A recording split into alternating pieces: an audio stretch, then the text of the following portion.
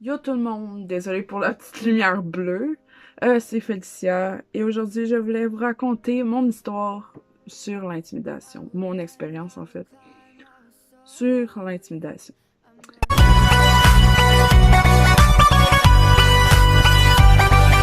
Plusieurs personnes me l'ont demandé sur YouTube, Messenger, Facebook, Instagram et plein d'autres réseaux sociaux.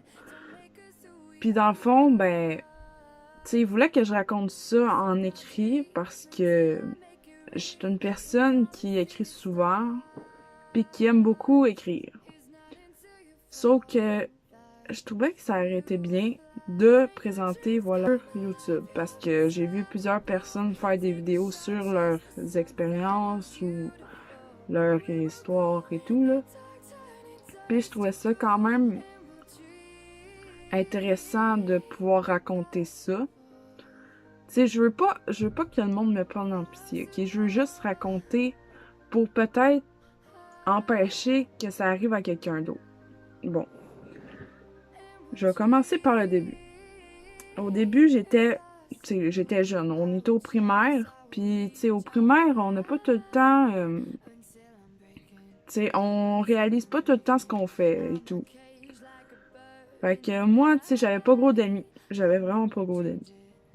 Genre... Non, j'avais pas vraiment d'amis. Je parlais pas beaucoup. Je restais dans mon coin. J'aimais pas faire des orales, effectivement, parce que je parlais pas très fort. J'aimais pas parler devant les gens. Tu sais, genre, j'ai commencé à stresser vraiment de bonne heure. Que j'étais souvent stressée, puis j'avais peur des gens. J'avais peur de leurs réactions. J'avais peur de tout, en fait. Puis, il est venu un temps où ce que je commençais à me sentir seule, où ce que, tu sais, j'avais l'impression d'avoir besoin de quelqu'un à côté de moi. Tout. Je voyais tous les autres enfants avoir des amis, tu sais, avec qui se tenaient tout le temps, qui faisaient des tours chez eux la fin de semaine. Puis moi, ben, j'avais pas ce genre d'amis-là. Fait que j'ai décidé de m'en faire d'une certaine façon. Puis les personnes avec qui je parlais, eux autres, en échange de leur amitié, ils voulaient des trucs que moi j'avais chez moi, genre de l'argent ou des jouets, tu sais, quand on est jeune, on a des jouets, puis en tout cas, plein de trucs. Fait que moi, ce que je faisais, j'emmenais l'argent à l'école, je le donnais à cette personne-là, puis je pouvais passer la journée avec la personne. Sauf qu'on s'entend que quand tu donnes l'argent à quelqu'un, c'est que c'est pas vraiment ton ami, tu sais. Tu fais juste l'acheter. Fait que dans le fond, ce que je savais pas, c'est que j'achetais mes amis. Puis, tu sais, on s'entend que, ouais, c'est ça. Acheter ses amis, c'est pas avoir des amis.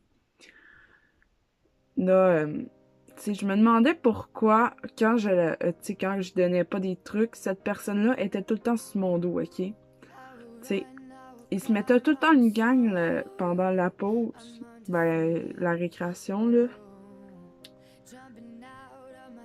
Puis moi, tu sais, j'étais tout le temps assise sur un banc parce que je savais pas quoi faire, parce que j'étais toute seule et tout.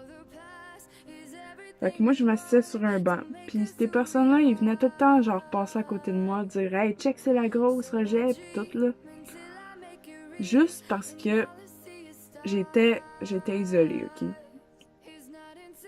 Mais moi, je parlais pas. Je me laissais facilement intimider. C'est pour ça que, à chaque jour, ils venaient et revenaient me dire des trucs comme « Hey, regarde, c'est la grosse rejet. Hey, elle est bizarre cette fille-là. Hey, elle est vraiment pas vite. Hey, c'est genre plein de trucs comme ça. » Quand on est enfant, on se rend pas compte des dommages que ça peut causer à notre psychologique, ok? Genre, ben, je veux dire, tu sais, quand on en reçoit un coup dessus, on sent la douleur physique. Mais même moi, quand j'étais jeune, la douleur physique, je la ressentais, mais tu sais, des fois, j'étais comme, ah, ça fait pas tant mal que ça, dans le fond. Mais tu sais, dans le fond, j'avais genre vraiment mal. Fait que ça, C'est comme la douleur physique. Non, la douleur psychologique, désolé. La douleur psychologique, dans le fond, moi, c'était comme... Ça me faisait mal d'entendre ça, mais je pensais que c'était normal, tu sais, de se faire traiter comme ça. Je pensais que c'était normal de se faire dire des trucs comme ça. Puis je pensais que c'était normal d'avoir mal, tu sais, mais... Puis je parlais pas. Je parlais pas à mes parents, je parlais pas aux profs, je parlais à personne parce que je me disais que si j'allais parler puis il se faisait chialer, il allait savoir que c'était moi puis il aurait pas voulu redevenir mes amis. Mais tu sais, comme je vous ai expliqué tantôt, c'était pas vraiment des amis parce que je les achetais. Ah ben, tu sais, là je vous raconte. C'est pas comme si... C'est pas parce que j'avais pas d'amis, là. Tu sais, j'avais quand même une ou deux amies, mais c'est juste que la plupart des amis que je voulais, ben la plupart des amis que je cherchais, en fait, ben c'est ça, je les achetais avec des trucs pis tout, pis ben, tu sais, ça marchait pas, là. Puis est arrivé le secondaire. Tu sais, j'ai fait ma première... Attends. J'ai fait ma passe-partout, ma maternelle, ma première année. J'ai fait ma deuxième année 2 ans. Ma troisième année, quatrième année, cinquième année, sixième année. Oh, sixième année, c'est là qu'il a commencé à bugger. Ce qui a bugué, c'est que plus ça allait, plus les insultes étaient pires. Pourquoi? Parce que plus tu vieillis, plus tu apprends à être méchant. Plus tu vieillis, plus tu apprends à comprendre. Puis en sixième année, déjà, j'avais 1 an de plus que les autres parce que j'avais doublé ma deuxième année du primaire. Puis j'avais... Tu sais, en tout cas, j'avais une gang d'amis. Je mentionne aucun nom, ok? Mais en tout cas, j'avais une gang d'amis. Puis cette gang-là, tu sais, je me tenais tout le temps avec eux autres. Puis à la fin de l'année, genre, je leur ai dit que j'allais déménager et tout. Puis ils m'ont dit, ben on est désolé de te dire ça, Félicia, mais dans le fond, t'étais genre notre bouche-trou, puis t'étais pas vraiment notre ami.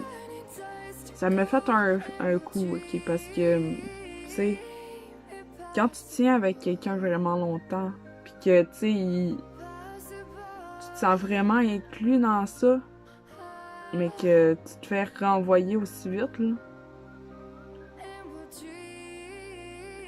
Puis t'apprends à longue que les gens peuvent être aussi hypocrites que... Tu sais, genre, je vous dis pas de pas avoir confiance en vos amis, ok?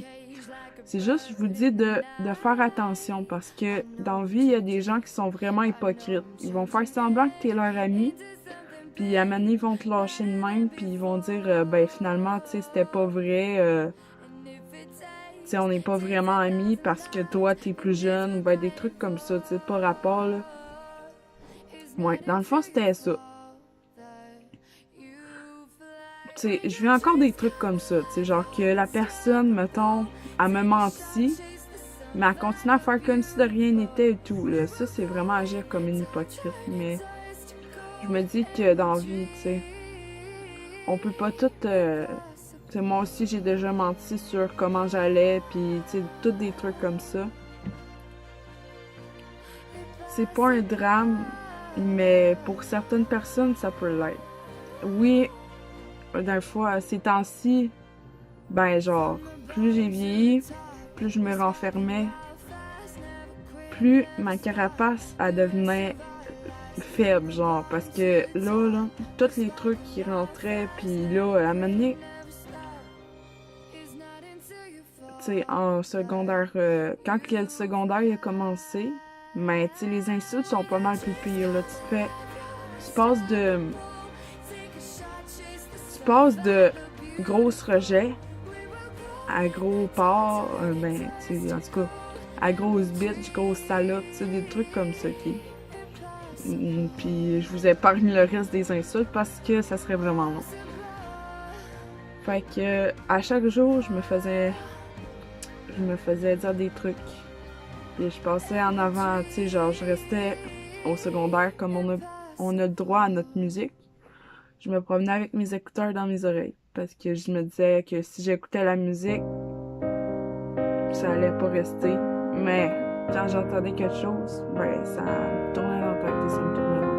I will run, I will climb, I will Puis, à force de plus soar. I'm undefeated. Oh, à force de jumping pas out of my skin, ben, pull the devine quoi? cord. Yeah, I believe it. Dépression. Oh, the past is everything we were. Don't make us who we are.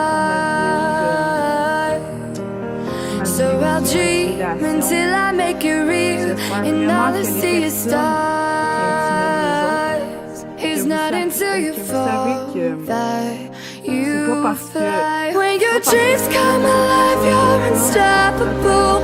Take a shot, chase the sun, find the beautiful.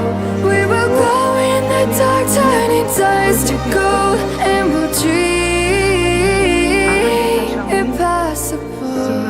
Personne n'a pu faire. Possible. Parce que ces personnes-là enquêtent. Mais à maintenant, là, And we'll dream impossible.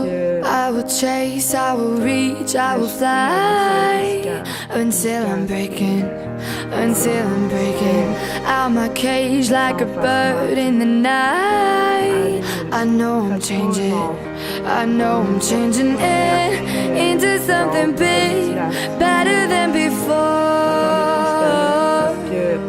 And if it takes 1,000 lives, then it's worth fighting for.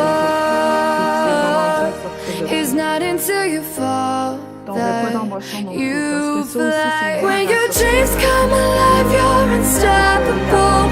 Take a shot, chase the sun, find the beautiful. We will go in the dark, turning dust to gold, and we'll dream impossible.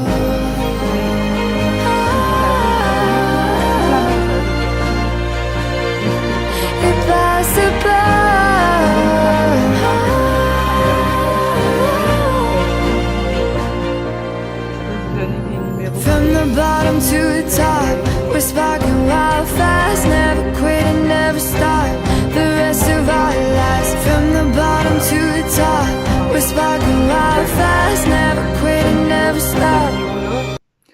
oui, elle est négative. Mais à la prochaine vidéo,